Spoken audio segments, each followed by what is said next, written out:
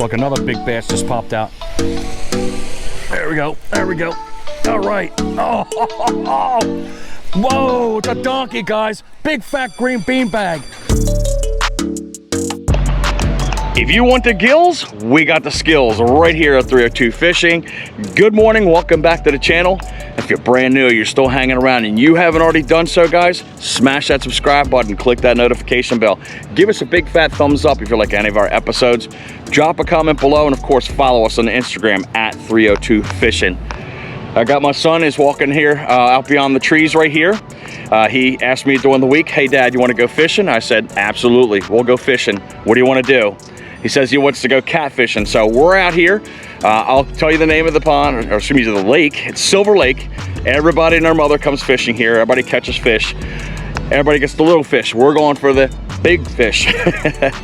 So just before we got onto this intro right here, my son decided, hey, I'm gonna throw some chicken out here while I'm waiting for you, Dad, to get everything all set up. Not even 10 minutes. My man, boom, right here's the picture, smacks up on a 7-pound, what I think is a blue catfish. I'm pretty sure of it. But it put up a good fight for him. I had to climb down these rocks, man. That was a chore enough in its own. But hopefully it's a sign of things to come, man. And hopefully we catch some bigger than that, because we've never caught a double-digit catfish ever on this channel here. 5, 6, and 7s we've gotten. I think we got an 8 before. But we want 10 pounds and over. But we are creating a challenge for ourselves. My son right here, he's gonna be fishing with chicken soaked in Kool-Aid with garlic in it, and I'm gonna go with pork chops in the same exact concoction. So give us a couple minutes, we're gonna throw our baits on, we're gonna pop it out in the lake right here. Hopefully, guys, if we're lucky, we get one of those big fat kitties on the end of the line. All right, here's my son Justin right here. Say hi, Justin. See how excited he is, guys? But here's the concoction we got going on. This is the chicken one that we have right here. We have our pork chops, but it's been soaking for well over a day right now, so the scent and everything else is permeated into the meat. I'm gonna go ahead and get Justin wrapped up right here with another piece of chicken. Hopefully he can catch, again, a catfish bigger than the one he just caught. But we got a simple little circle hook right here, and all we're going to do is just continually to wrap the meat around the hook here, because again, we're not fussing with the little ones. We want the big ones, and we'll sit here, we're patient, we'll wait, and just keep wrapping it and wrapping it. Again, I don't want to wrap it too much because I want to have enough where the hook is exposed so we can go ahead and get that bugger in the lip right there. But that should be perfect right there. I'll give that to my son after he's done casting for the tiny little bluegills. We're jacked up on the tip here. Let me fix this up a little bit. There you go. He's going to go ahead and go down where his bobber is and everything else like that, so he's got both rods in his eye, and he'll holler for me. I'm going to get myself situated and get my pork chops going. Hopefully I can get the same result as he did a moment ago. But here's the hunk of meat that I'm going with right there. All right, I'm situated right here, and he wasn't that far out. You notice that we're on rocks right here. Catfish like to congregate right around rocks or get up underneath the rocks if they can find a hole. Or, you know, bait fish are hanging around here and they're pretty much trying to smash up on the prey that's around here. I think my son may have one, Justin? Yes? No? So I've got my line out there about 15, 20 feet off of the shoreline right here. When I put my rod down, I always put it right behind a rock. It's got a flat face on the back of it, and put the reel right there, so when a fish goes to pull it, the reel's not going anywhere because it's pushing up against that rock, and it gives you a chance to grab up on the rod and strike the fish. So my son, we'll see how long it takes for him to get snagged up in the tree. He's trying his left hand curve motion over here. But I think our hook is a little too big for the bait fish, but you got some bass that roll around here too and everything else. You might get lucky. But stay tuned. We'll see who gets the next bite on. Justin's got one right now. Whack him one, bud. Whack him. There you go. He got him. You got him? He's off. He had a good hit there. That chicken's bringing them in, guys. Just FYI for a Silver Lake, it is a public body of water. We do have several bass boats out here. We've got the old bass tracker that we mentioned. We've got another one out here up by the pads. But there is a rule here where you just cannot come out here full force with your motors and everything else like that. There's limit on the miles per hour you can go. You have to stay 75 feet off the shoreline, not to bother the fishermen that are actually doing what we're doing right here. But you got a lot of people who push the limit here, and it's very irritating. But I think what he's doing, he's probably going to be doing some crappie fishing because of where he's at right now. All right, as with carp fishing, you always see us keeping the net on hand. But we've got the advantage, there's two of us right here as opposed to one of us. So we've got our nice sturdy Frabill. We got our pliers, we got our scale. Of course, we want to see how much the fish weighs, so whoever catches one, we just got to communicate with each other to make sure one of us is netting whichever one is catching the fish on the end of the line, because some of these catfish can get pretty big. I've heard there's well over 20 pounders in this lake here alone, including almost 30-pound carp. So that's just about the right speed you should be going right here with your boat, not gunning it and going 900 miles an hour. But he has to slow it down because there's a no-wake zone right here that he has to deal with. Plus he has another fisherman that's off to our right-hand side on a boat as well. So here, pick my bait up a little bit, try to get it out of the sediment.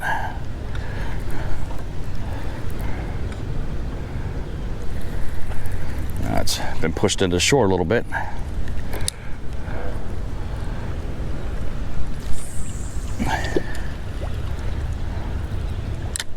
So while we're sitting here waiting, again, we're going to try different stages of where we're going to fish at, which is we're going to fish along the shoreline right here. We're going to go mid-range, and then we're going to go a little further out. And we're going to bomb out and see where these catfish are laying at. I really didn't see where my son cast it at to know where that fish was at, and it sucked that we didn't catch it on camera, but it was still a nice looking catfish. But it's been about a good 20 minutes here. We got a bite right here, Justin. But we got a bite. So my son's got a bite going on here. We'll see what happens. Just give it a second. I can see it pulling. But there's definitely something pulling on that. Small, looks like a small one right now, but we'll see what happens. All right, pick your rod up and be ready, buddy. Next time he pulls out, just get him. That's leading me to believe that it's probably just a little dink just tagging on the end of the line. Could be a turtle too. Fish is running, fish is running, fish is running. There you go, he's got him, guys, it got him. Is he on? Yeah. All right. Little one? Yeah. All right, he's got a little dink going on. Lead over to there, bud, to opening right here where there's no rocks. Let me get my pliers here because he doesn't like handling the catfish too much.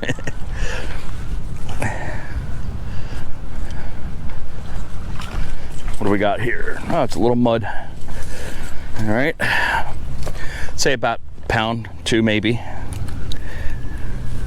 Just because the bait looks like this doesn't mean you can't cast it back out. So while I'm taking this fish off, I'm gonna have Justin re-rig that up a little bit and recast it back out there. There you go. Got a nice looking little mud, and she's gone. Holy crap, guys, this guy's truck's going right into the water. He must not have put it in the gear. Wow. I called 911, guys.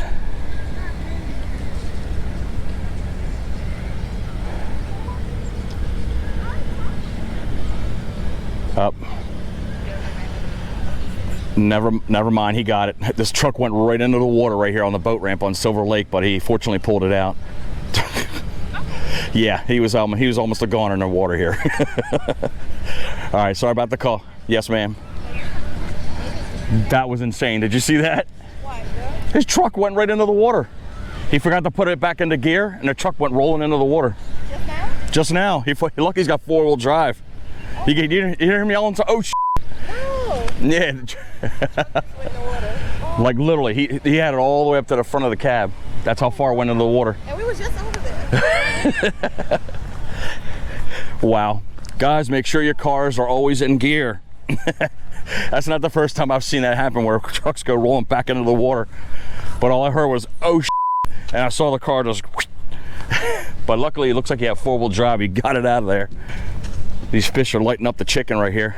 He might have another dink. Get it, bud, when he runs out again. There you go, there you go. Small? Oh, watch yourself. Get off the rocks, man. Get in that clearing. Make more work for yourself. All right, looks like he's got a little dink on because he's not really fighting it. Yeah. He's gonna be fighting the dinks here with the chicken. But wow, that's a lucky man. So as I'm sitting here, he's lucky that that guy with the other bass boat caught his boat, because that boat was going way out here. So he's trying to maneuver his boat and pull that boat in at the same time so he can get onto that truck right there with the trailer. Get that guy on a waiter to go out there. Yep. But here's a dink right there. He's sitting there fishing, looking at him. But she's gone. Kudos to the guy that's helping this gentleman out right there. Looks like he's just turning his boat around and just kind of push it and nudge it. That was good stewardship with the boats right there, guys. But he's a lucky man. I can't say it enough. Well, my son's kicking my rear end already. He's 3 catfish to my none. I think my leader's a little too long here, guys. The proper owner's back on his boat again, and he's gonna try this one more time. Oh boy. But it shows you, man, what if you lose your focus for 1 second, man, something as, again, simple as putting yourself in gear could turn into an absolute disaster. But he's got it up there. He's got the hitch line on the boat. Crank, get the hell out of here, man. Save face. Oh man, that's a nice one, Justin. Is that a nice hit? All right, I'll be there in a second. Justin's huh? It's not really fun. The rod was bent over like something was on it. Let's go ahead and get down here and grab my son's fish. He's really kicking my butt today, guys. He ain't joking around.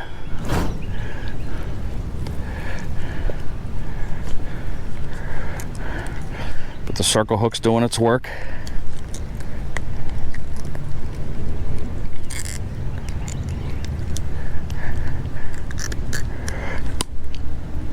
Man, he got that in there pretty good. Yeah, next time try not to set it so deep, buddy, okay? There we go. Another little mud. Get her off on the way. She's gone. I think what I'm gonna do is, because I think I have too long of a leader on mine, I'm gonna cut some length off of it. And my son's been casting way out there. That's where he's getting his fish at, not close to shore. All right, you can definitely see that my leader's been shortened. But we're gonna pop it out there as far as Justin had his. I would think that these fish should go after the pork chop. It's meat. My rod is so lonely over here. I hope I don't get the skunk, but remain positive. I'm being the patient one, man. I want the biggin.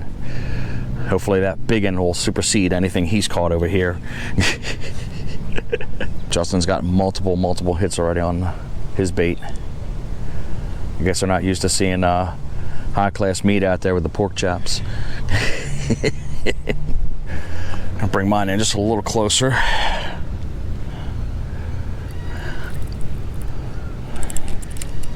Well, I guess our little flurry's over with. Justin had those 3 or 4 catfish, and we've been sitting here for a good maybe half an hour, and nothing's been touching our baits. So we'll probably stick here for about maybe another hour, and we'll move to another location. Is he tapping on it still? Yeah. It's probably a small one, guys. It looks like it right now, but he'll strike it when he needs to.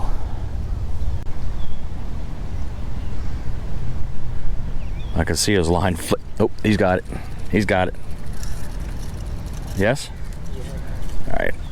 What do we got here? Little one? Looks like a good size.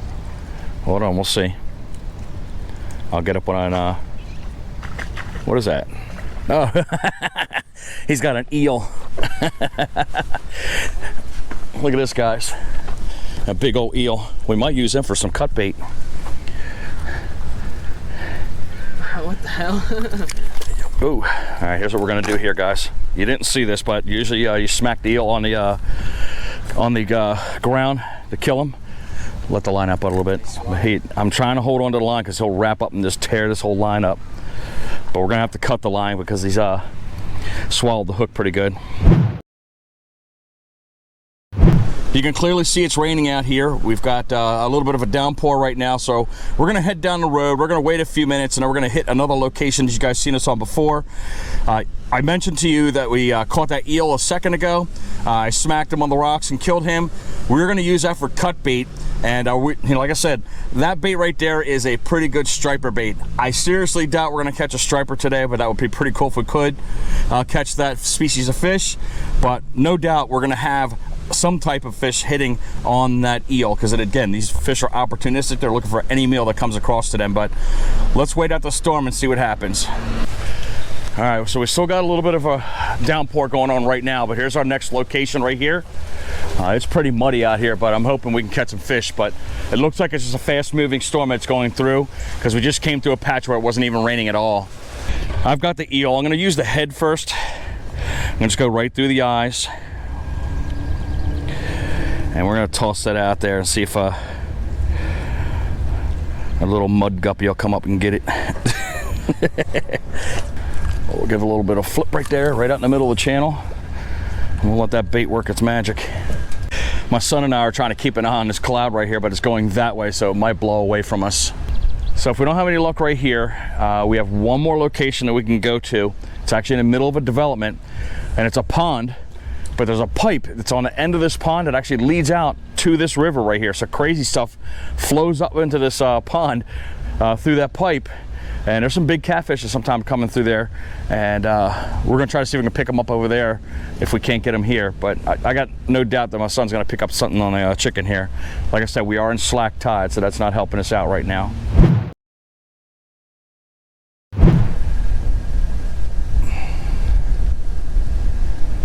Got a nice solid hit here. There we go. Oh, this stupid tree. I think we still got him. Go guys.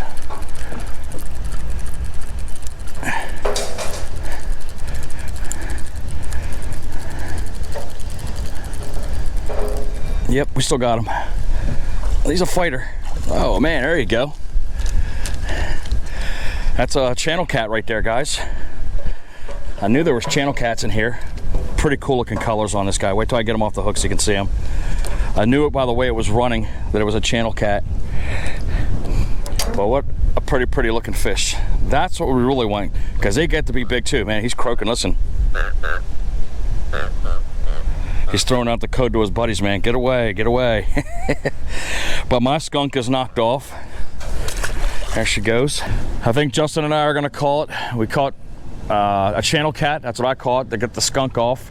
Justin caught a whole bunch of small little muds, caught some bluegills, even caught a tiny little white perch. But it's just not happening here on this one right now, so we're gonna try for our third body of water. We're gonna go to that pond I mentioned to you where this river feeds into that pond, and allegedly there's big catfish that are in there. So that's what we're gonna do, is we're gonna drop line in there after we get something to fill our bellies with, because we are hungry, and we've been out here for quite a long time right now. So we're on our final body of water right here. Justin has thrown a couple lines out here. We've got mine that's sitting right here. We have cut bait on that. Justin's got pork chop on the other one, and then he's going to try to catch another bluegill. We're going to try to use that as cut bait. And these turtles don't care, man. These are brave turtles. They're literally right around here, but we're in the middle of a development, and I'm sure these guys get fed all kinds of food, so they don't care about the humans. All they care about is what they got in their hands. But we're gonna see if we can try to catch some big catfish. As I mentioned to you, not on this side, but this is where the catfish like to congregate. But where that fountain is right there, behind it, there's actually a tube, and that goes out to the St. Jones. That's where you saw us on the middle of the episode, where we're on that dock right there. So we're gonna sit here and be patient, see if something hits our lines. And look at how big this turtle is, man. He just does not care. He's like right here, right in front of us. Pretty cool looking blue eyes. I think just for the heck of it, I may end up losing it because there's a lot of debris over here. But I'm just gonna go ahead and chuck out the lipless crankbait. Whoa, that's a big cast.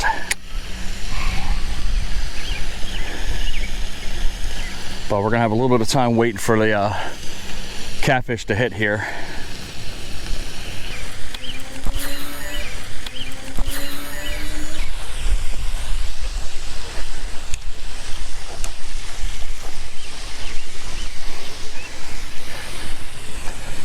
Look at that bass just pop out there. Did you see that, bud?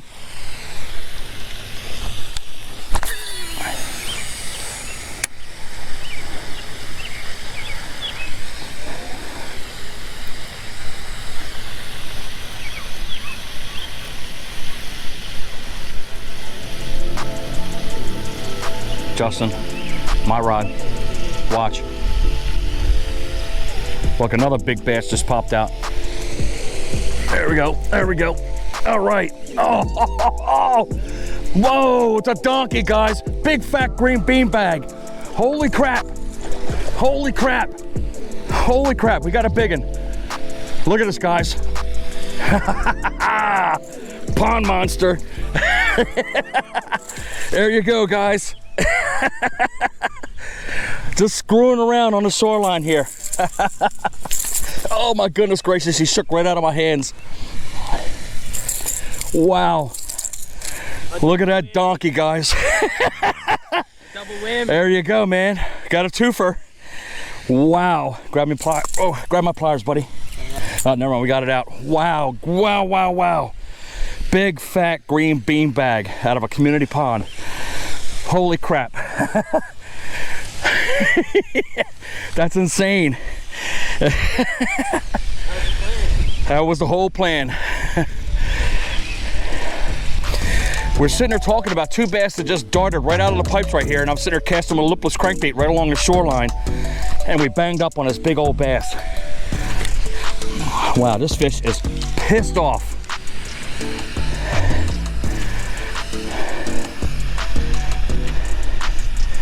Come on, mama, calm down. Almost a 5-pounder, 4 pounds, 10 ounces, guys. Wow. How about that, young man? He's trying to fight that catfish has got that eel in its face. But I gotta figure out a place to put this big old mama right here. What a wowie wow, that was awesome. This fish is ready. But just an errant cast around here, guys. We weren't doing anything super special, but the mama's on her way. She's gone.